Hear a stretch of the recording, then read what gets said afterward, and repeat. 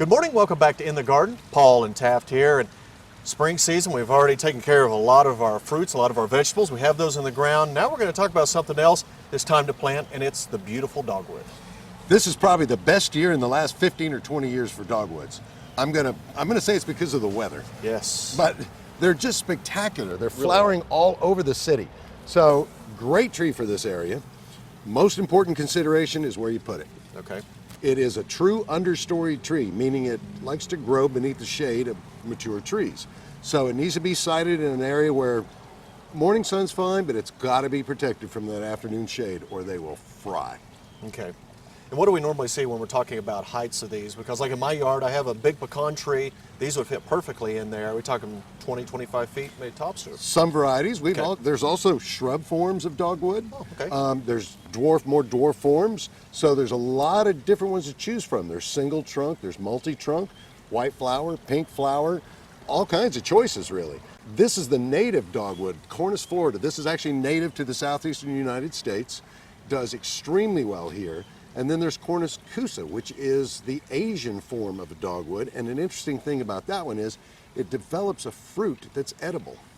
Almost looks like a strawberry. After it flowers and forms a seed, it looks like a strawberry and it's kind of a tropical pudding taste. That'll be later in the year, so we can't sample them now, but we will.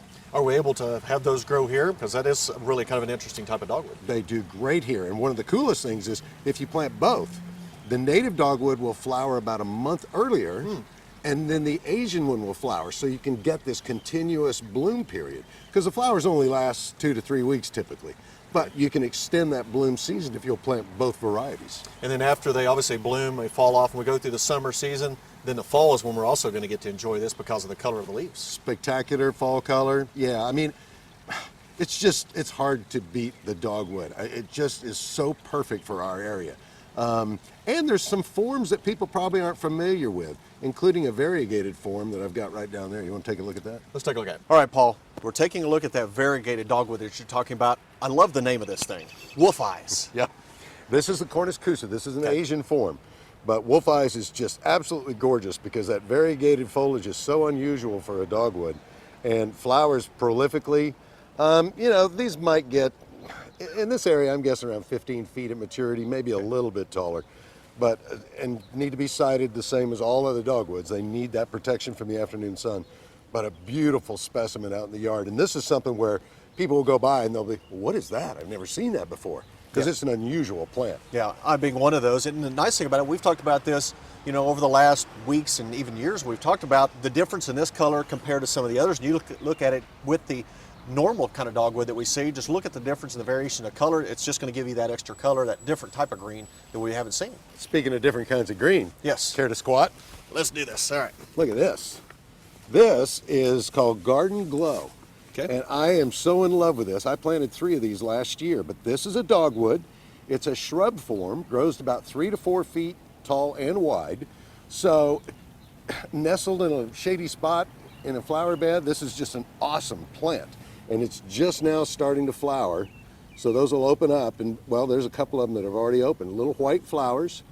Just has so much interest in the landscape. I love this. Yeah, and I've never heard of a dogwood that you could put in a shrub form, so that's a nice thing. You can get really tall dogwoods, kind of the medium size, or you can get it in shrub form. So no matter where you're at in the yard, you can always make sure that you put a dogwood in there. Well, it's kind of like us. There's the tall and there's the short.